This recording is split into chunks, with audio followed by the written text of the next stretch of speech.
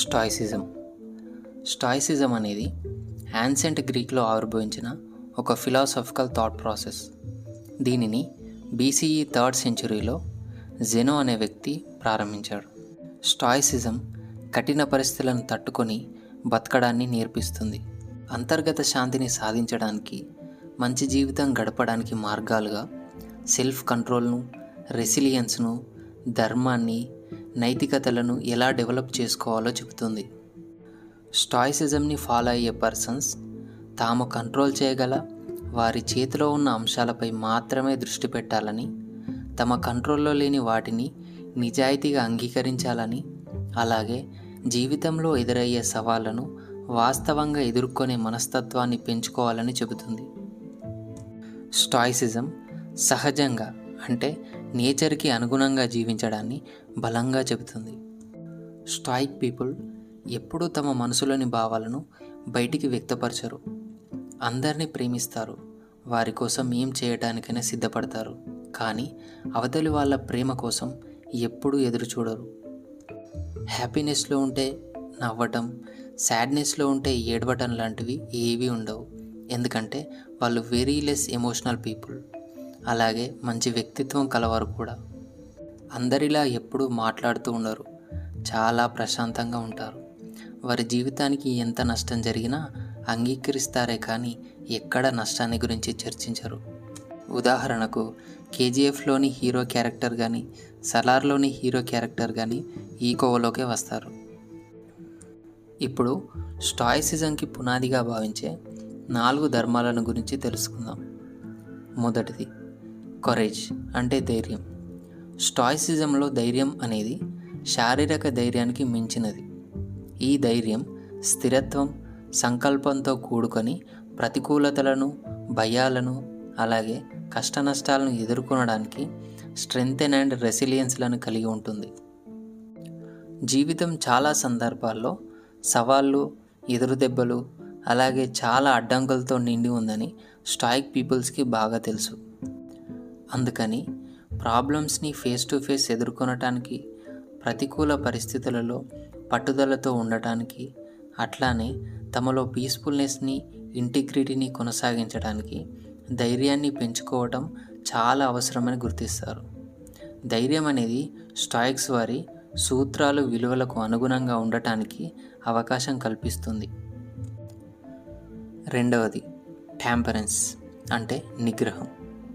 నిగ్రహం లేదా స్వీయ నియంత్రణ అనేది మన డిజైర్స్ని, యాక్షన్స్ని, ప్రేరణలను సమన్వయంతో వ్యవహరించాలని తెలిపే ధర్మం. జీవితంలోని అన్ని అంశాలలో సమతుల్యంగా ఉండడం, ఆ సమతుల్యతను కొనసాగించడం, కొన్ని అంశాల్లో మితిమీరి వ్యవహరించడం లాంటి వాటి ప్రాముఖ్యతను స్టాయిక్స్ తెలుసుకుంటారు. వారి దృష్టిలో ఆత్మస్థైర్యం అంటే డిజైర్స్ని అదుపులో ఉంచడం, ప్రలోభాలను అధిగమించడం, అలాగే ధర్మం కోసం స్వీయ నియంత్రణను పాటించడం.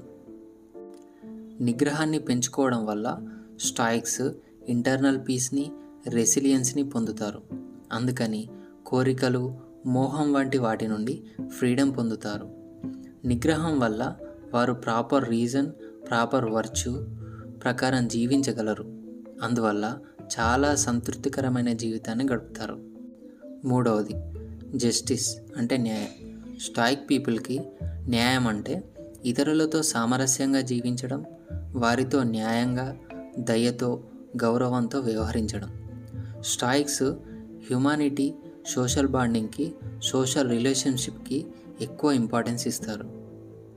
అలాగే నైతిక సూత్రాలను పాటించాలని, సమాజ శ్రేయస్సుకు తమ వంతు సహకారం అందించాలని కోరుకుంటారు. ఏ డిఫరెన్సెస్తో, ఏ సిచ్యువేషన్స్తో సంబంధం లేకుండా ఇతరుల పట్ల న్యాయంగా, సమానత్వంగా, కరుణాభావాన్ని కలిగి ఉంటారు. నెక్స్ట్ 4th వన్ విజ్డమ్ అంటే జ్ఞానం. స్టాయిక్ ఫిలాసఫీలో విజ్డమ్ అనేది మెయిన్ పిల్లర్. విజ్డమ్ అనేది థియరాటికల్కి, ప్రాక్టికాలిటీకి సంబంధం తెలుపుతుంది. అంటే జ్ఞానాన్ని తెలుసుకోవడంలో ప్రాక్టికాలిటీ నేచర్ని అర్థం చేసుకోవడం, మన నియంత్రణలో ఉన్న వాటిని గుర్తించడం, లేని వాటిని నిజాయితీగా అంగీకరించటం. స్టాయిక్స్ ఏదైనా నిర్ణయం తీసుకునేటప్పుడు ప్రాపర్ రీజన్స్ని, రేషనాలిటీని బేస్ చేసుకొని తీసుకుంటారు.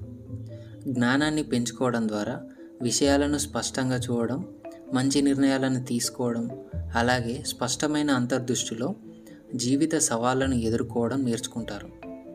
సో ఈ 4 ధర్మాలు స్టాయిక్స్కి సంబంధించినవి. అయితే how to be a stoic? మనం ఎలా స్టాయిక్ కావడానికి కొన్ని సూత్రాలు. మొదటిది, focus on what you can control. మన కంట్రోల్లో ఉన్న వాటిని మనం ఫోకస్ చేసి వాటిపైన దృష్టి పెట్టడం. Second one, develop resilience. Third one, practice mindfulness. Fourth one, collective virtue అంటే సద్గుణాన్ని పెంచుకోవడం. ఈ సూత్రాలను మీ రోజువారీ జీవితంలో చేర్చడం ద్వారా మీ జీవిత సవాళ్ళను ఎదుర్కోవడంలో పీస్ఫుల్, రెసిలియన్స్, మోరల్ ఇంటిగ్రిటీలను పెంచుకోవచ్చు. Thank you.